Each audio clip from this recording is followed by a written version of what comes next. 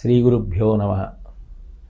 సనాతన ధర్మంలో కాలాన్ని దృష్టిలో పెట్టుకుని, ఉపాసనని దృష్టిలో పెట్టుకుని ఋషులు అనేకమైనటువంటి పర్వదినాల్ని నిర్ణయించి ఉన్నారు. అందులో అత్యంత ప్రధానమైనటువంటి పర్వదినాలలో భోగి, మకర సంక్రమణం, కనుమ ఈ మూడు చాలా ముఖ్యమైనటువంటి పండగలు.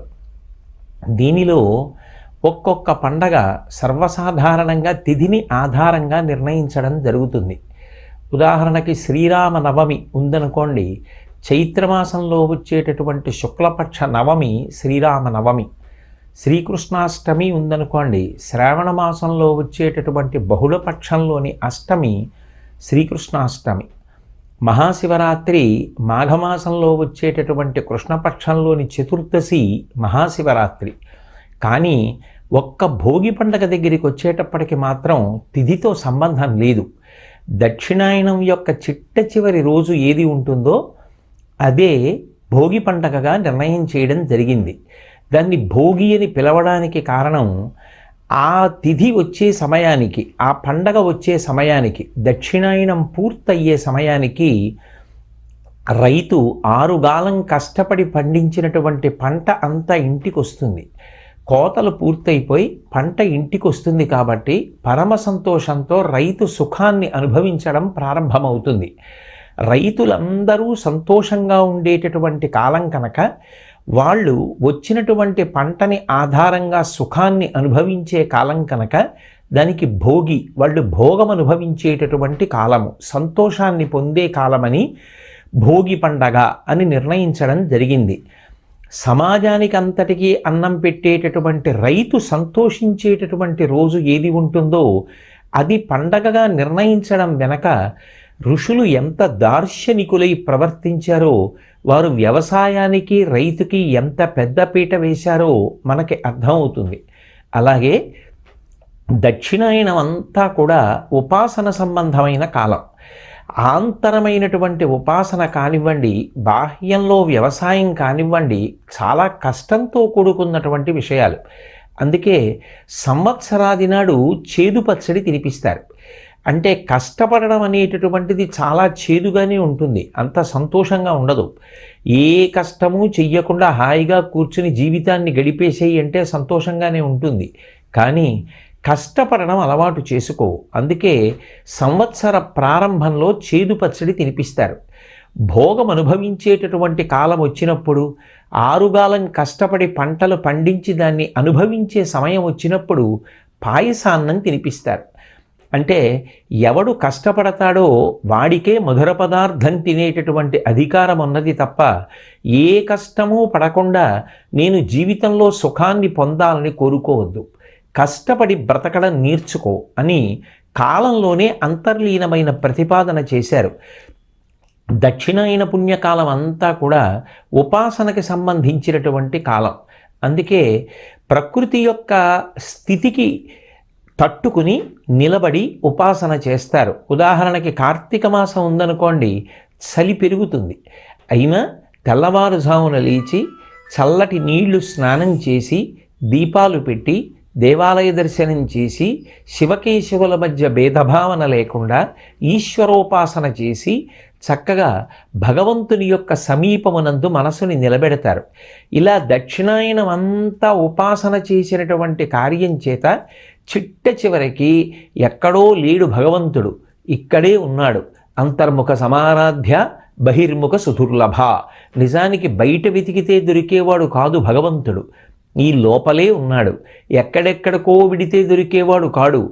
విశ్వమునందే విశ్వనాథుడున్నాడు, విశ్వమునందే విష్ణు ఉన్నాడు అని సమాజాన్ని దేవాలయంగా చూడడం, అందరిలో భగవంతుణ్ణి చూడడం, అందరి యందు సమభావాన్ని పొందగలగడం, అటువంటి స్థితిని చేరగలిగినటువంటి పద్ధతికి దక్షిణాయన పుణ్యకాలమంతా ఆలవాలమై ఉంటుంది. ఆ సమయమునందు చేసినటువంటి ఉపాసన యొక్క సిద్ధిగా భోగి పండగ వచ్చేటప్పటికి ఆంతరమైనటువంటి ఆనందాన్ని పొందుతాడు. అది ఏదో బయట పదార్థముల యొక్క స్పర్శ వలన ఉద్భుతమయ్యేటటువంటి సంతోషము కాదు. అంతటా బ్రహ్మము తప్ప వేరొకటి కనిపించని స్థితిలో అటువంటి అద్వైతానుభూతిలో పొందేటటువంటి ఆనందమునకు భోగి అని పేరు. అందుకే దక్షిణాయనానికి చిట్ట చివర వచ్చేటటువంటి పండగ కాబట్టి దాన్ని భోగి పండగ అని పిలిచారు. ఇక భోగి పండగ పక్కన వచ్చినటువంటి రోజు మకర సంక్రమణం. భోగి పండగ నాడు సర్వసాధారణంగా అందరూ కూడా సూర్యోదయాత్పూర్వం నిద్రలేచి ఒంటికి నువ్వుల నూనె రాసుకుని తలస్నానం చేస్తారు. అలా చేయడం వల్ల అలక్ష్మీ పరిహారమై లక్ష్మీదేవి యొక్క అనుగ్రహము కలుగుతుంది అని. వస్త్రమునకు సనాతన ధర్మంలో ఎంతో ప్రాధాన్యత ఉన్నది. అందుకే సమస్త దేవతల యొక్క అనుగ్రహాన్ని పొందడం కోసం ఆ రోజున నూతన వస్త్రాల్ని ధరిస్తారు. అట్లాగే పిల్లలకి భోగి పళ్ళు అని పోస్తారు. చెరుకు ముక్కలు, రేగుపళ్ళు, చిల్లర పైసలు ఇటువంటివి దృష్టి తీసి పిల్లలకి తలమించి కిందకి దిగవిడిచి పోస్తారు. దాన్ని భోగి పళ్ళు అంటారు. అలా పొయ్యడానికి కారణం ఏమి అంటే భోగి పీడ తొలగిపోవాలి అని. ధార్మికమైనటువంటి భోగం అనుభవించడం శాస్త్రం దృష్టిలో కానీ ఈశ్వరుని దృష్టిలో కానీ పాపకార్యము కాదు. ఏది ధర్మ చట్రములోనికి ఇముడుతుందో అటువంటి భోగాన్ని గృహస్థు కోరుకోవచ్చు, అటువంటి భోగాన్ని అనుభవించవచ్చు.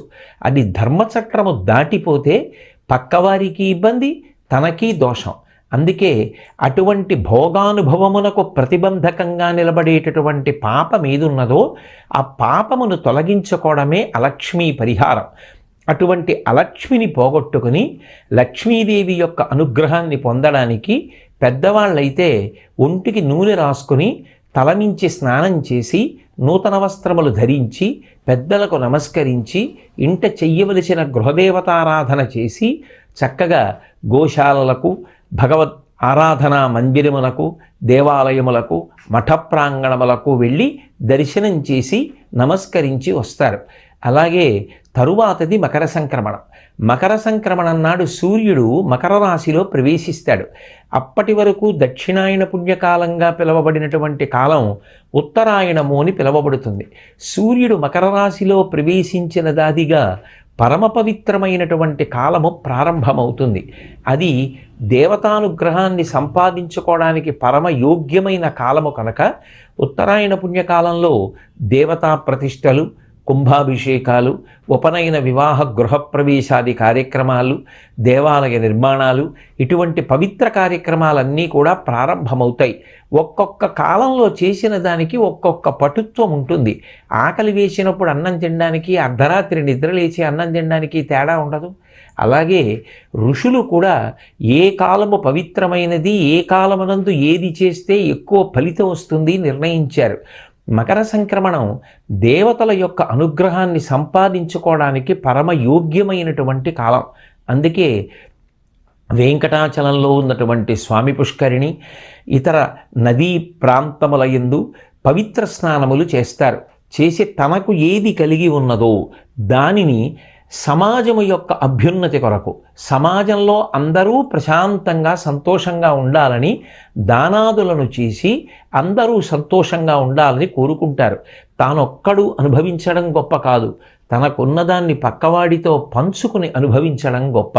అందుకే బలవంతంగా తీసుకోవలసిన అవసరం లేకుండా నీ అంత నువ్వుగా ఒకరికి పెట్టి వారు తిని సంతోషిస్తే వారి తృప్తిని చూసి నువ్వు తృప్తి పొందడం నేర్చుకోమని చెప్పడమే ఇటువంటి సంస్కారవంతమైనటువంటి జీవితమునందు అంతర్లీనముగా ప్రతిపాదింపబడినటువంటి విశేషం.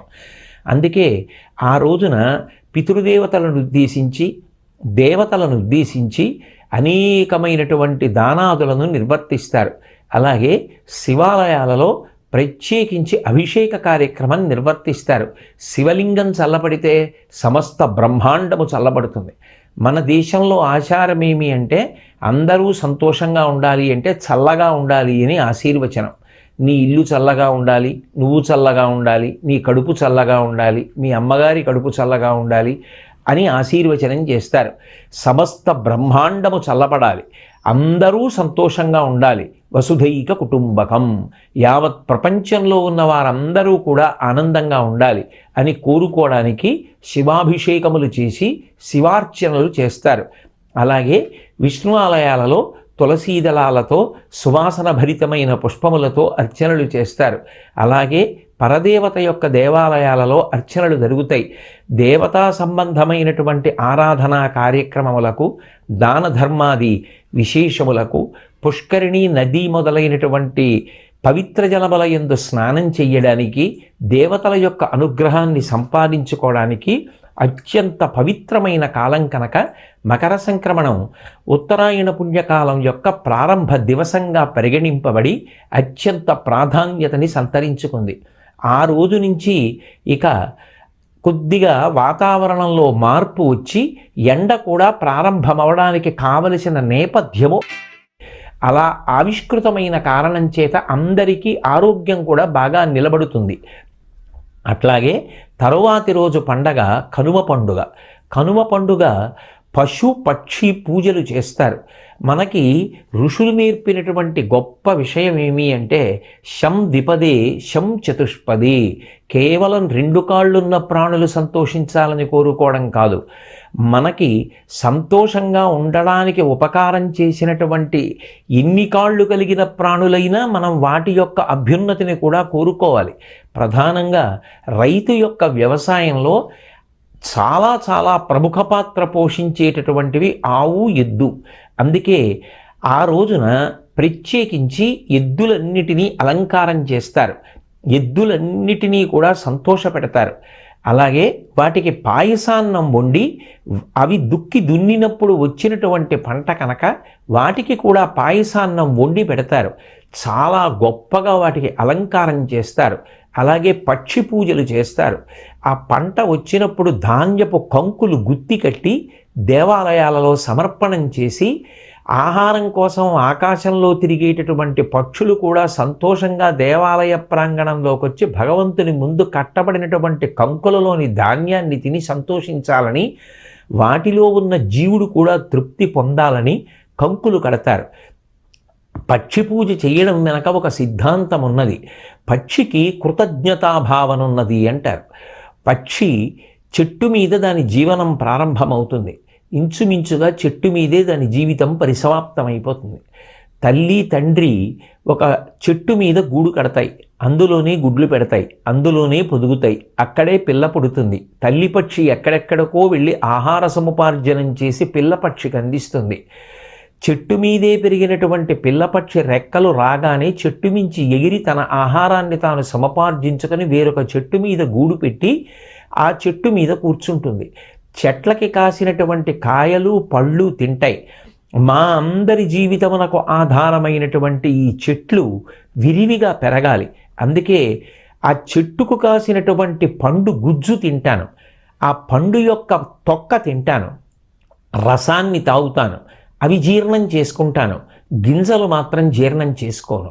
గింజలు జీర్ణం చేసేసుకుంటే మళ్ళీ చెట్లు పుట్టే అవకాశం ఉండదని అవి విసర్జనం చేసినప్పుడు ఆ గింజల్ని విడిచిపెట్టేస్తాయి. ఆ గింజలు భూమి మీద పడి వర్షాకాలంలో చినుకు తగిలినప్పుడు ప్రత్యుత్పత్తిని పొంది అందులోంచి అంకురములు వచ్చి చెట్లు ఏర్పడతాయి. పక్షి తాను ఎక్కడ పుట్టిందో ఎక్కడ పెరిగిందో ఆ చెట్టుని జ్ఞాపకం పెట్టుకుని ఆ చెట్లు విరివిగా పెరగడానికి వీలైన రీతిలో ప్రవర్తించి కృతజ్ఞతను ఆవిష్కరించింది. కృతజ్ఞో నాస్తి నిష్కృతి అంటాడు లక్ష్మణస్వామి రామాయణం కిష్కింధకాండలో. ఎవరికైనా నిష్కృతి ఉందేమో కానీ చేసిన ఉపకారాన్ని మరిచిపోయేటటువంటి వ్యక్తికి మాత్రం అసలు నిష్కృతి లేదు. అంత కృతజ్ఞతాభావంతో పక్షి ప్రవర్తిస్తుంది కాబట్టి ఆ రోజున పక్షి పూజ అని నిర్ణయం చేయడం జరిగింది. అలాగే పశు పూజలు చేస్తారు. అంటే ఆవులు, ఎద్దులు మొదలైనటువంటి వాటికి పూజ చేస్తారు. గోపూజ సాక్షాత్ పరదేవతా పూజగానే చేస్తారు. మఠాలు, పరమ పవిత్రమైనటువంటి శృంగేరి, కంచి మొదలైనటువంటి పీఠ ప్రాంగణాలలో చేసేటటువంటి గోపూజలు కూడా పరదేవతా పూజకు ప్రత్యామ్నాయంగానే చేయబడతాయి. కాబట్టి అంత పరమ పవిత్రమైనటువంటి రీతిలో ఈ పండగలు నడుస్తాయి. దీనిలో తెలుగువారి యొక్క సంస్కృతి నిబిడీకృతమై ఉంటుంది. హరిదాసులు రావడం, ఒక ఇంటి ముందు నిలబడకపోవడం, వాళ్ళు హరికీర్తిని గానం చేస్తూ ఒక ఇంటి నుంచి ఒక ఇంటికి వెళ్ళిపోతుంటే గృహస్థులే బయటికి వెళ్ళి దగ్గరకి ఆ హరిదాసు వచ్చినప్పుడు ఆయన ఒక పక్క తంబురా వాయిస్తూ చిడతలు మీటుతూ అలవోకగా వంగుంటే అతని తల మీద ఉన్న పాత్రలో ఆ బియ్యం పోస్తారు. అలాగే ఇవ్వవలసిన ద్రవ్యాన్ని కూడా అందులోనే వేస్తారు. చాలా గొప్పగా పాటలు పాడుతూ ఉచ్చైస్వరంతో పెద్ద కంఠంతో వీధిలో ఎక్కడో మొదటి గుమ్మం దగ్గర పాడుతుంటే వీధిలో చివర ఇంటి వరకు వినపడేటట్టుగా చక్కగా హరిదాసులు పాడుతూ వెళ్ళడం అనేటటువంటిది ఈ కాలంలో పరమ పవిత్రమైనటువంటి సంస్కృతి అంతర్భాగమైన విశేషం. అలాగే గంగిరెద్దులు ఆడించడం, గంగిరెద్దులు ఆడించడానికి వచ్చినటువంటి వ్యక్తి ఆ గంగిరెద్దును ఆడిస్తూ ఆ ఇంటి యజమాని అన్ని విధాలా వృద్ధిలోకి రావాలని మంగళప్రదమైనటువంటి మాటలు మాట్లాడతాడు. తనదైన శైలిలో పాటలు పాడతాడు. ఇవన్నీ కూడా నిర్వర్తించడం, అలాగే ఆ అలంకృతమైనటువంటి గంగిరెద్దుని ఆదరించడం, గంగిరెద్దుని తీసుకొచ్చినటువంటి వ్యక్తిని గౌరవించడం, ఆయనకి తాను ఇవ్వగలిగినది ఇవ్వడం, ఇవన్నీ కూడా తెలుగునాట సంస్కృతిలో అంతర్భాగమైన విశేషాలు. వీటన్నిటిని మించి ప్రత్యేకంగా కన్నెపిల్లలందరూ కూడా గొబ్బిళ్ళు పెడతారు. గొబ్బిళ్ళు అంటే ఆవు పేడ ముద్ద చేసి సర్వసాధారణంగా పూజకు ఉపయోగించని బంతి పూలను ఉపయోగించి పూజ చేస్తారు. ఆ పూజ చేసేటప్పుడు వాళ్ళు తమ అభ్యున్నతిని కోరి పాటలు పాడుతూ ఆ గొబ్బిళ్ళ చుట్టూ ప్రదక్షిణం చేసి చిట్ట చివర్లో వాటికి ఆ పులగాన్ని నైవేద్యం చేస్తారు. పులగాన్ని నైవేద్యం చేయడం ఎందుకు అంటే మూలాధార చక్రమునందు అధివసించి ఉండేటటువంటి దేవతాస్వరూపానికి ఈ పులగం అత్యంత ప్రీతిపాత్రమైన పదార్థం. లలితా సహస్రనామ స్తోత్రాన్ని పరిశీలిస్తే ఈ విషయము అవగతమవుతుంది. ఆ పులగం వండేటప్పుడు కూడా పొట్టు కలిగినటువంటి పెసరపప్పు, బియ్యం, ఆవు పాలు, ఆవు నెయ్యి, అలాగే మిరియాలు, జీలకర్ర, సైంధవ లవణం, కొబ్బరి ముక్కలు మొదలైన పదార్థములు వేసి వండుతారు.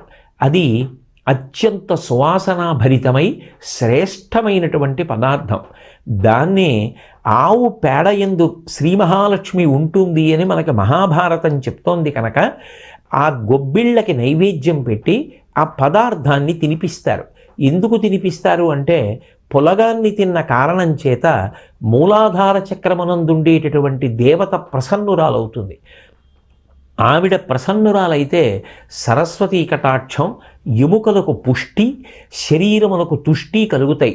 ఒక ఇంట మనశ్శాంతి, ఒక ఇంట అందరి యొక్క ఉత్సాహము ఆ ఇంటి యజమానురాలు మీద ఆధారపడి ఉంటాయి.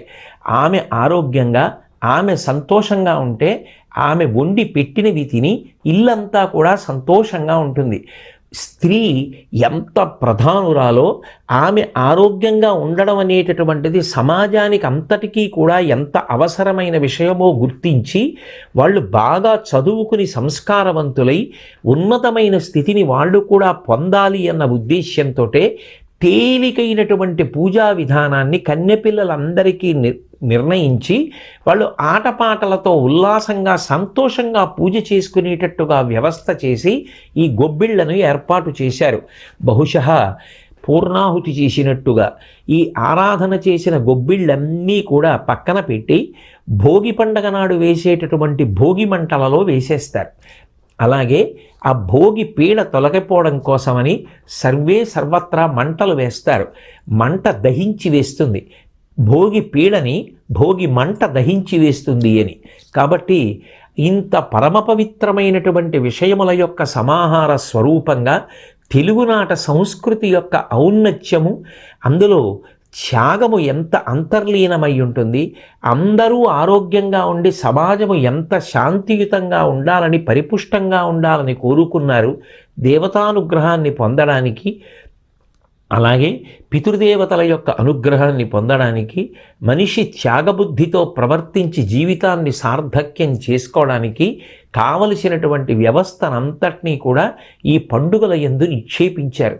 కష్టపడి బ్రతకడంలో ఉన్నటువంటి మాధుర్యాన్ని తెలియచేశారు. ఇంత గొప్ప పండగలు కానీ వాటి సంస్కృతి ఆవిష్కృతమయ్యేటట్టుగా మంచి మనసుతో వేరొకరి భావనలకు ఇబ్బంది కలగని రీతిలో మనందరం సంతోషంగా ఈ పండగలు చేసుకుందాం. ఈ పండగలు నిజంగా ప్రతివారికి తెలుగునాట పండగలుగా నిలబడాలని, అందరూ సంతోషంగా వృద్ధిలోకి రావాలని మనస్ఫూర్తిగా ఆకాంక్షించి భగవంతుని యొక్క పాదార విందములకు నమస్కరిస్తూ అసంఖ్యాకమైనటువంటి భక్తి టీవీ ప్రేక్షకులకు ఈ భోగి, సంక్రాంతి, కనుమ పండగ సందర్భంగా శుభాకాంక్షలను తెలియచేస్తున్నాను. ఎన్నో పండగలున్నా సంక్రాంతి పండగని పెద్ద పండగ అని పిలుస్తాం. ఈ సంక్రాంతి పండగకి ముందు రోజు చేసుకునేటటువంటి పండుగ భోగి పండుగ. దాని పేరే భోగి. భోగం అనుభవించుట అంటే సుఖం అనుభవించుట అని అర్థం.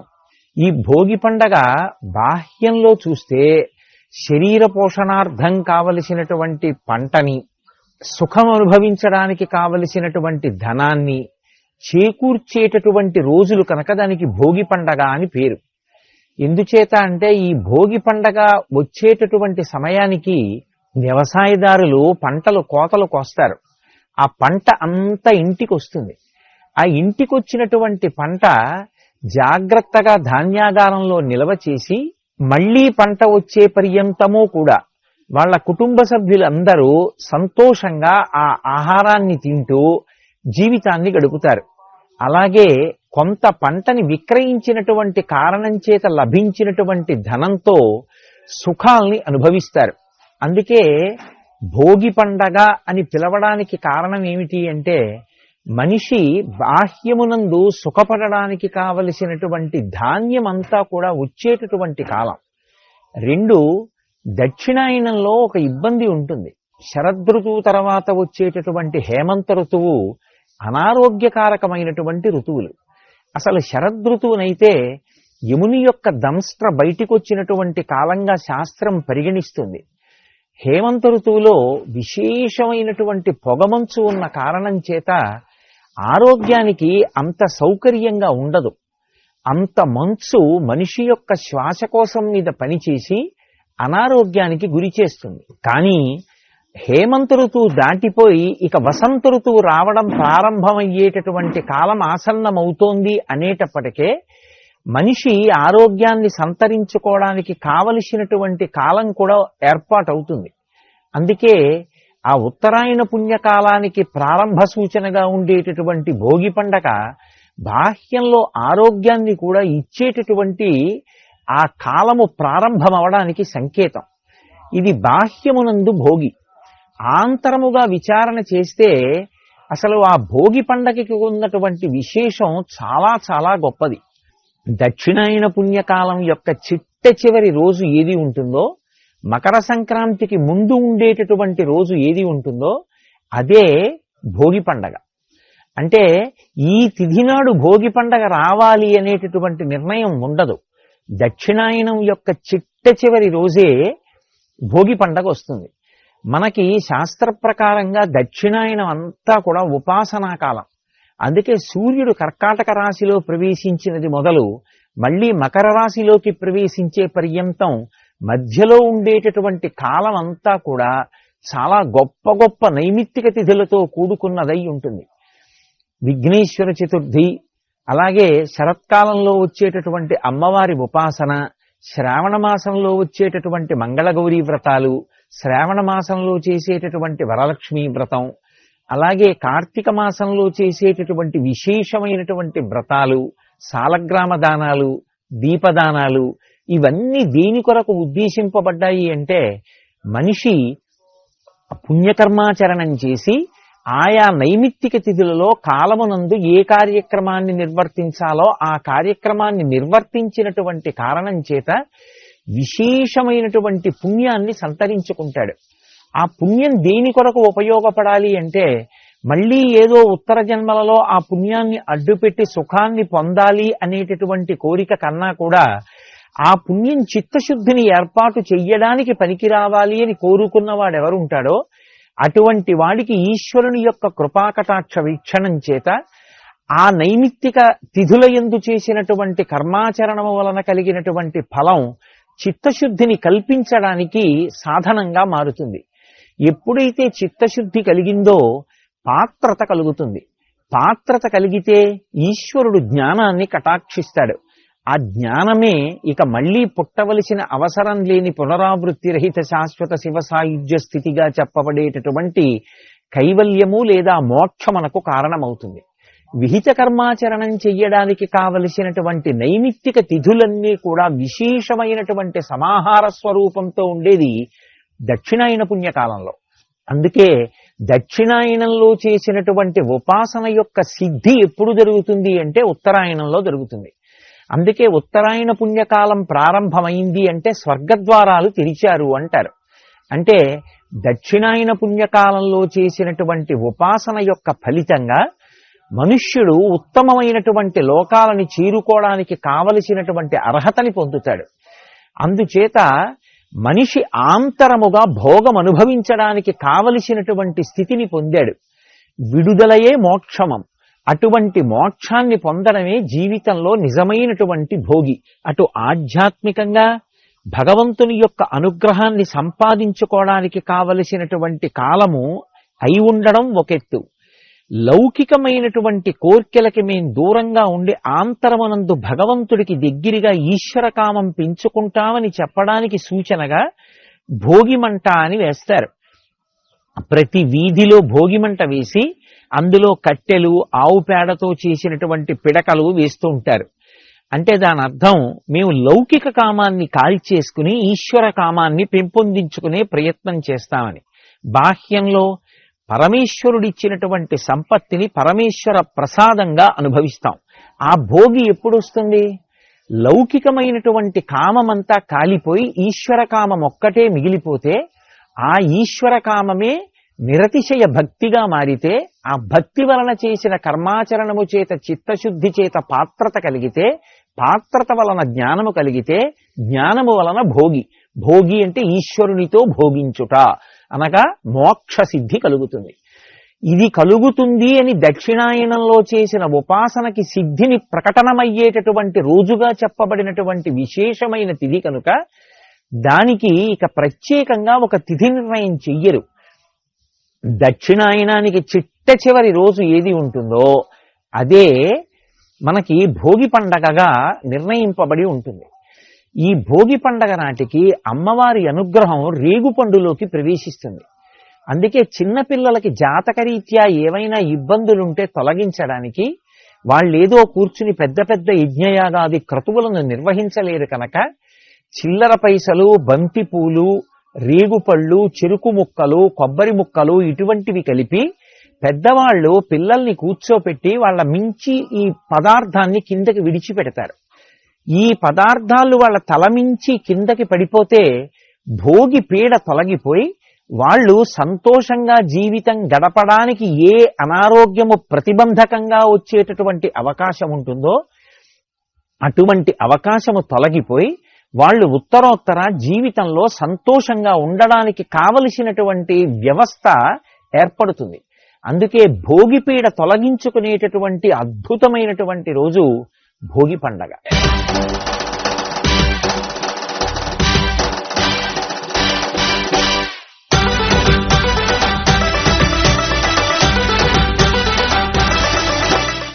మకర సంక్రాంతి, దీన్నే మనం పెద్ద పండగ అని పిలుస్తూ ఉంటాం. సూర్యుడు ఉత్తరాయణ పుణ్యకాలంలో ప్రవేశించినటువంటి రోజు ప్రారంభం నుంచి ఇక మకర సంక్రాంతి అవుతుంది. ఉత్తరాయణ పుణ్యకాలం ప్రారంభమైంది అంటే దేవతా సంబంధమైనటువంటి కార్యక్రమాలకి చాలా విశేషమైనటువంటి స్థానము కల్పింపబడుతుంది. సూర్యుడు మకర రాశిలోకి ప్రవేశిస్తే మళ్లీ కర్కాటక రాశిలోకి ప్రవేశించే పర్యంతము ఉన్నటువంటి కాలం ఉత్తరాయణ పుణ్యకాలం. ఉత్తరాయణ పుణ్యకాలం తనంత తానుగా చాలా తేజోవంతమైనటువంటి కాలంగా, ఈశ్వర సంబంధమైనటువంటి కార్యక్రమాలు ఏవి చేసినప్పటికీ కూడా చాలా గొప్ప ఫలితాన్ని అనుగ్రహించగలిగినటువంటి కాలంగా చెప్పబడుతుంది. అందుకే సూర్యుడు మకర రాశిలోకి ప్రవేశించేటటువంటి సమయాన్ని లెక్క కట్టుకుని ఆ ఉత్తరాయణ పుణ్యకాలం ప్రారంభం అవుతోంది అన్నప్పుడే ప్రత్యేకంగా ప్రయత్నపూర్వకంగా ఆ మకర సంక్రమణ స్నానము అని చెప్పి చేసి పితృదేవతల యొక్క సంతోషం కోసం, దేవతల యొక్క అనుగ్రహం కోసం మనం దాన ధర్మాది కార్యక్రమాల్ని నిర్వర్తిస్తూ ఉంటాం. ఇటువంటి ఉత్తరాయణ పుణ్యకాలం ప్రారంభమైనటువంటి మకర సంక్రాంతిని పెద్ద పండగగా మనం ఆంధ్రదేశంలో చాలా చాలా విశేషంగా చేసుకుంటాం. ఆ పండగ నాడు కొత్తల్లుళ్ళని ఇంటికి పిలిచి చక్కగా వాళ్ళందరికీ కూడా తలస్నానం చేయించి నూతన వస్త్రములనిచ్చి మంచి మధుర పదార్థాలతోటి అత్తవారి ఇంట్లో చక్కటి భోజనం ఏర్పాటు చేసి విందు వినోదాలతో ఎంతో సంతోషంగా చేసుకునేటటువంటి పండగ. ప్రత్యేకించి సంక్రాంతి పండగ అనేటప్పటికీ దాని శోభ వేరు.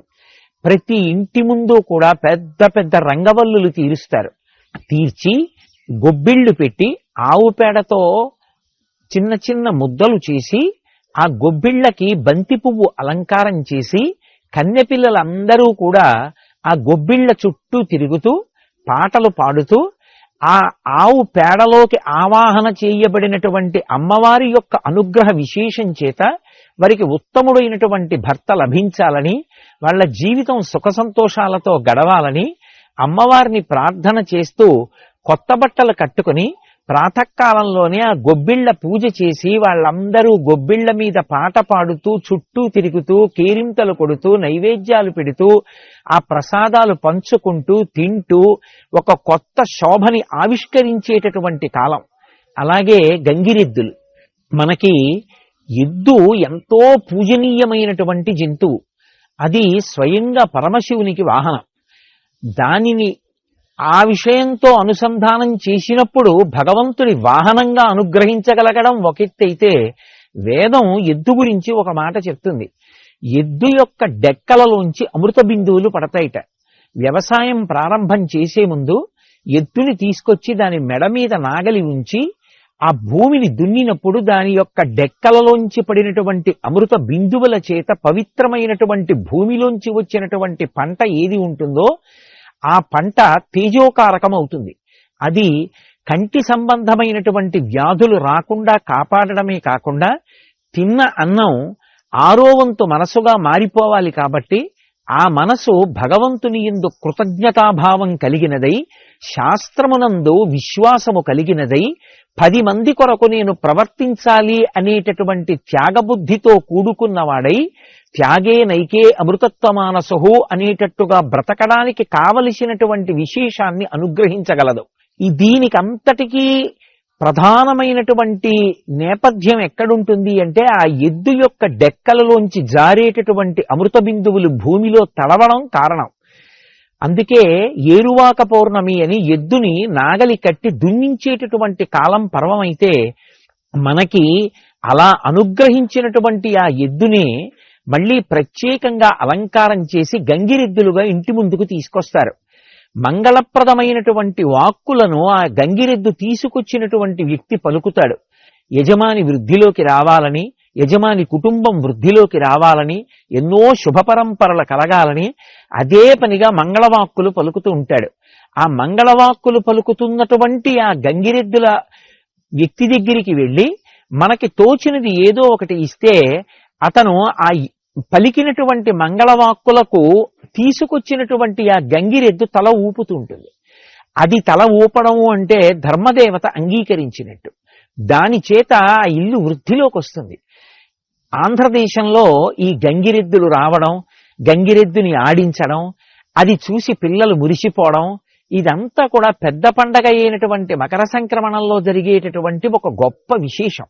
అలాగే హరిదాసులు చేతిలో ఆ తంబురా పట్టుకుని హరినామ సంకీర్తనం చేస్తూ ఎడం వైపు ఒక పెద్ద జోలి నుంచుకుని, అలాగే తల మీద భిక్షాపాత్రని గొప్ప అమరికతో కట్టుకుంటారు. వాళ్ళు ఏ ఇంటి ముందు ఆగరు. నడిచి పెద్దగా కీర్తన చేస్తూ కుడి చేతిలో చిడతలు పట్టుకుని ఆ చిడతలు వాయిస్తూ వెళ్ళిపోతూ ఉంటారు. ఎంత పెద్ద కంఠంతో పాడతారో. వాళ్ళు హరినామ సంకీర్తనం చేసి వెళ్ళిపోతుంటే యజమాని తన బిడ్డల్ని పైకి పంపించి ప్రత్యేకంగా ఆ హరిదాసుని ఇంటికి ఆహ్వానిస్తారు.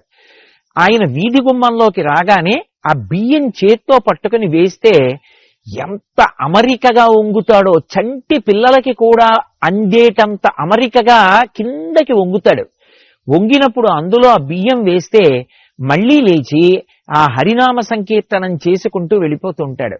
అందుకే ఉత్తరాయణం వచ్చింది అంటే దేవతలకి సంతోషం, ఋషులకు సంతోషం, పితృదేవతలకి సంతోషం, మనుష్యులకి సంతోషం, సమస్త భూతములకు సంతోషం.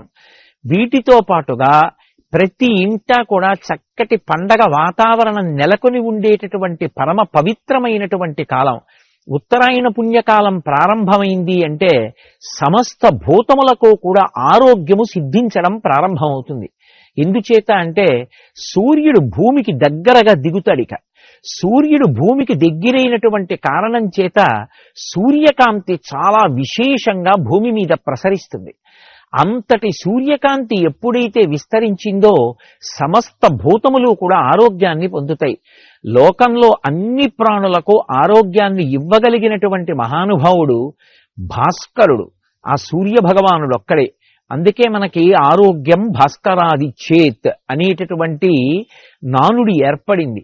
పైగా ఇక వసంత ఋతువు ప్రారంభమవడం మొదలవుతుంది.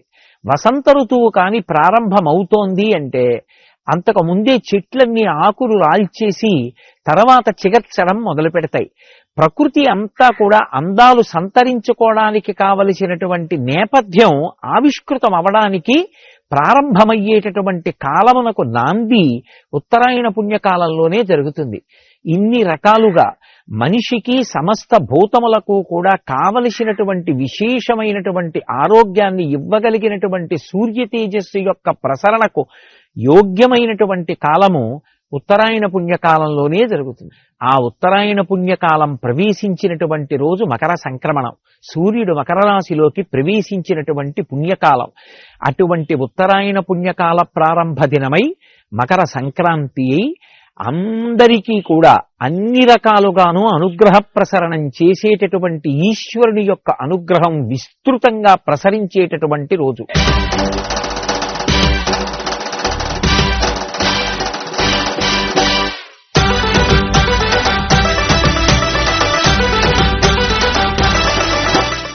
కృతజ్ఞత అనేటటువంటిది భారతీయ సంస్కృతిలో అంతర్భాగమైనటువంటి విశేషం. ఉపకారం చెయ్యడం కాదు, అపకారం చేసిన వాడికి కూడా తిరిగి ఉపకారమే చెయ్యడం ఈ జాతి యొక్క ప్రధానమైనటువంటి లక్షణం. అందున ఇక ఉపకారం చేసినటువంటి వాణ్ణి సదా జ్ఞాపకం ఉంచుకొని వాడికి తిరిగి ఉపకారం చెయ్యడము అనేటటువంటిది కృతజ్ఞతా లక్షణంగా అభివర్ణింపబడింది. కృతఘ్నో నాస్తి నిష్కృతి అంటారు రామాయణంలో. కృతజ్ఞత కలిగిన వాడు అంటే చేసిన ఉపకారాన్ని మరిచిపోయేటటువంటి లక్షణం ఉన్నవాడెవడో అటువంటి వాడికి జీవితంలో నిష్కృతి లేదు. అందుకే ఆ కృతజ్ఞతతో జీవించడం అనేటటువంటిది ఈ జాతి సంస్కృతిలో అత్యంత ప్రధానమైన విశేషం. ఇది కేవలం మనుష్యుల వరకు కాదు, తనకి ఉపకారం చేసిన ఎవరి పట్ల అయినా సరే ఆ ఉపకార బుద్ధితో ఉండడం అనేటటువంటిది చాలా గొప్ప లక్షణం. దానికి ప్రతీక కనుమ పండుగ. మనం అందరం కడుపు నిండా అన్నం తినగలుగుతున్నాము అంటే ఆ వ్యవసాయం చేసినప్పుడు అమ్మ భూమాత అనుగ్రహించి మనకి పంటనిస్తోంది. ఆ పంట మనకి దక్కడానికి అసలు ఆ భూమి దున్నడంలో ఎంతో మనకి సహకరిస్తున్నటువంటి జంతువు ఎద్దు. పైగా వేదంలో చెప్పబడినట్టుగా ఎద్దు యొక్క డెక్కల నుండి జాలువారినటువంటి అమృత బిందువులు భూమిలో పడినటువంటి కారణం చేత ఆ భూమి నుంచి పైకి పెరిగినటువంటి సస్యముల నుంచి వచ్చినటువంటి పంట కంటి సంబంధమైన వ్యాధులు రాకుండా మనిషిని కాపాడుతూ ఉంటుంది.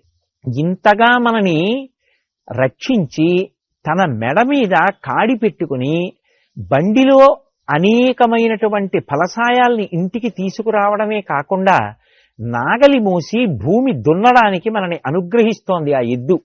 అందుకే ఆ ఎద్దు పట్ల ప్రత్యేకమైనటువంటి కృతజ్ఞతని ఆవిష్కరిస్తారు. ఆ ఎద్దు పట్ల కృతజ్ఞతని ఆవిష్కరించేటటువంటి పండగకే కనుమ పండుగ అని పేరు. భోగి నాటికి ఇంటికి ఆ పంట అంతా వచ్చింది. సంక్రాంతి పండగ నాడు కొత్త అల్లుళ్లతో కలిసి సంతోషంగా భోజనం చేశాడు.